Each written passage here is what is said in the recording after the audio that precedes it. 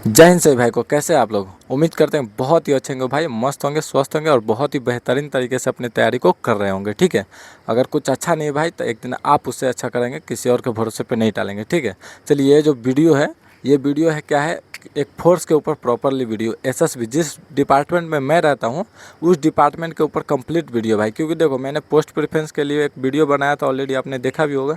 उसमें मैंने बताया था कि आपको इस कौन से हिसाब से कौन सा फोर्स चॉइस करना है। जैसे कि किसी की लड़के को घूमने का शौक है तो उसे कौन सा फोर्स चाहिए।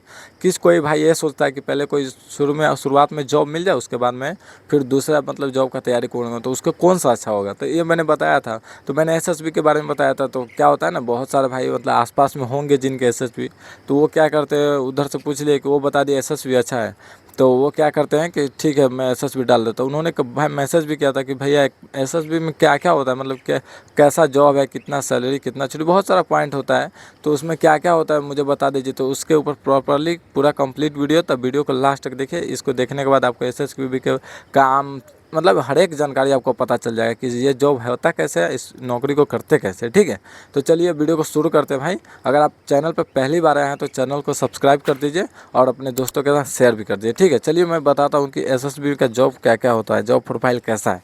ठीक है, मैंने कागज़ पर लिख के लाया पेपर पर कि हाँ इसमें कौन कौन सा पॉइंट में आपका मतलब डाउट हो सकता है। देखिए, मैंने सबसे पहला पॉइंट लिखा है फुल नेम। एसएसबी का फुल नेम क्या होता है? एसएसबी का फुल नेम होता है भाई सशस्त्र सीमा बल। ठीक है, इसका फुल नेम सशस्त्र सीमा बल है।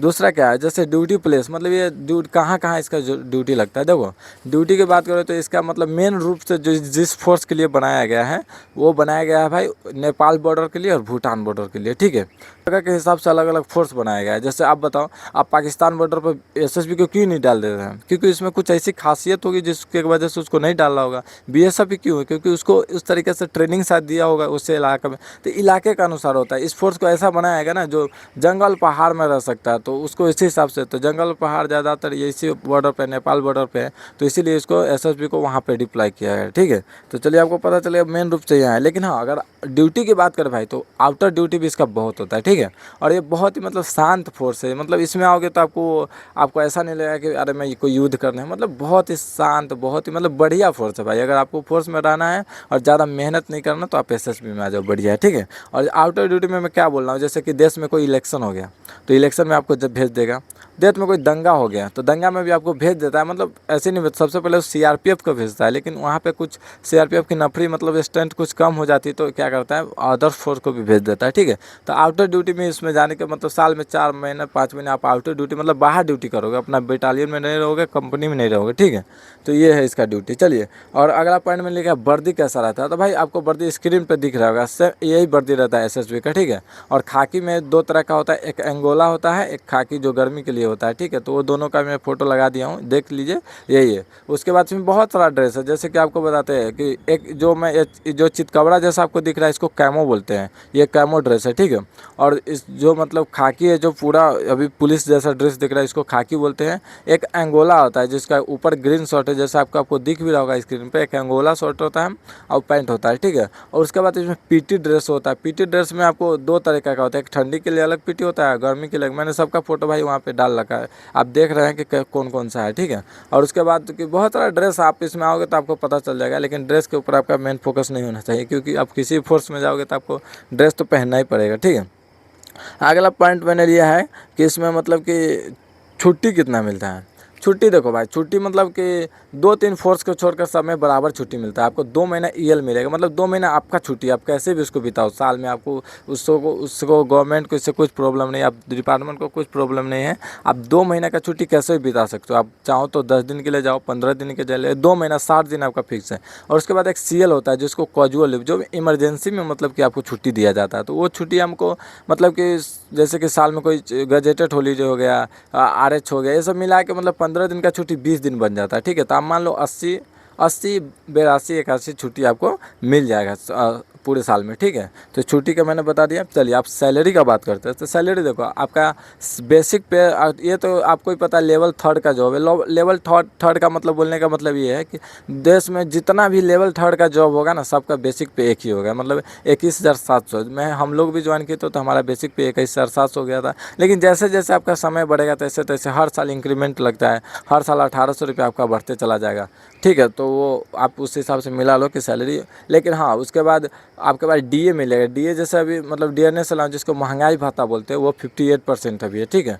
तो आप 21,700 का 58% जोड़ लो। उसके बाद राशन मरी जोड़ लो। उसके बाद होम रेंट अलाउंस जोड़ लो। उसके बाद और छोटा छोटा अलाउंस करके आता है, इकोनॉमी अलाउंस आता है, एक हेयर कटिंग का आता है, मतलब ये सब का अलाउंस आता है। तो ये सब जोड़ जाड़ के आपको अगर ट्रेनिंग सेंटर पे ज्वाइन करोगे तो आपको यही 35 या 37 के 35 और 37 हज़ार के करीबन आएगा। लेकिन आप जैसे ट्रेनिंग सेंटर से बाहर आओगे तो आपका बढ़ जाएगा, मतलब 10,000 तक बढ़ जाएगा, ठीक है भाई। आप समझ लेना इस हिसाब से कितना सैलरी आता है।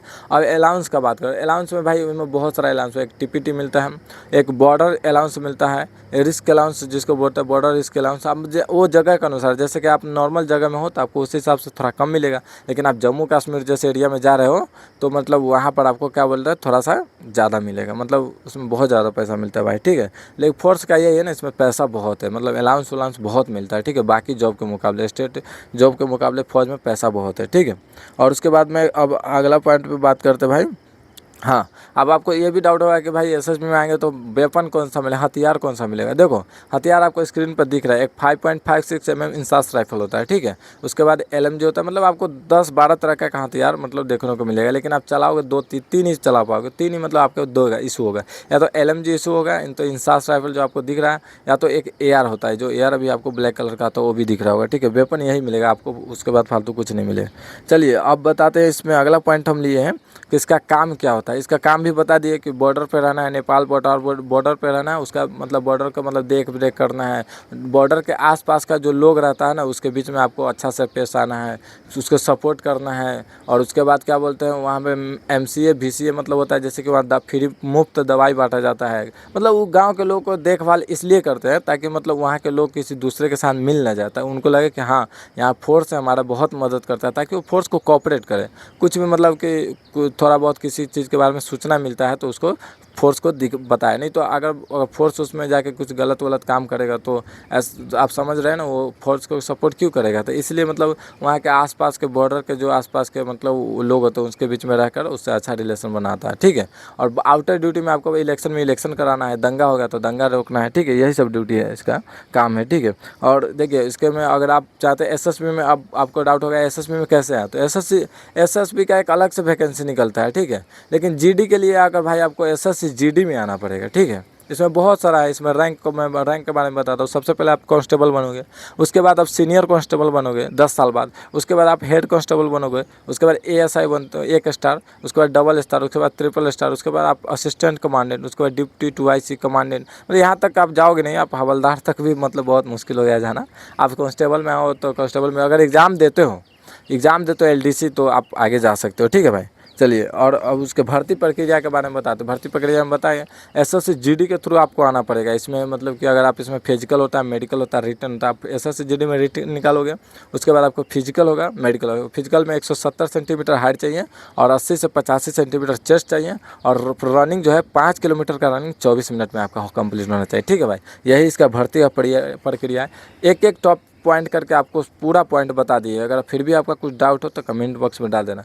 अगर आप एसएससी जीडी का तैयारी कर रहे हैं, जो 26-27 का जो वैकेंसी आने वाला है, तो उसके बारे में कुछ भी डाउट हो, एग्जाम से रिलेटेड, फिजिकल से रिलेटेड, मेडिकल से रिलेटेड, तो आप कमेंट बॉक्स में डाल दीजिए, वहाँ पे मैं आपका रिप्लाई पक्का दूंगा, ठीक है। कुछ भी डाउट हो अपना पूछ लेना, यहाँ से आपको पक्का रिप्लाई मिलेगा। तो चलिए दोस्तों, आज एसएसबी के ऊपर बना है, आप फोर्स का नाम डाल देना, आप किस फोर्स के ऊपर वीडियो चाहते हैं उसके बारे में A to Z जानकारी करके मैं आपको बताऊँ। क्योंकि मेरे साथ अभी CISF वाले ड्यूटी करते हैं, मैं उनसे पूछता हूँ क्या कैसे ड्यूटी, तो उनके बारे में बहुत कुछ पता चला है। तो मैं अगला वीडियो CISF के ऊपर बना दूंगा, ठीक है भाई। चलिए और भी कुछ आपका डाउट हो, आप कुछ को एग्जाम से रिलेटेड या स्टेट एग्जाम, कुछ भी एग्जाम से रिलेटेड आप मुझसे पूछ सकते हो, ठीक है। चलिए अगर आप चैनल पर नए हैं भाई, अगर वीडियो अच्छा लगा हो जान के, तो चैनल को सब्सक्राइब करके हमें भी थोड़ा सपोर्ट कर दीजिए। चलिए मिलते हैं इसी तरह के नेक्स्ट वीडियो में, तब तक लिए जय हिंद।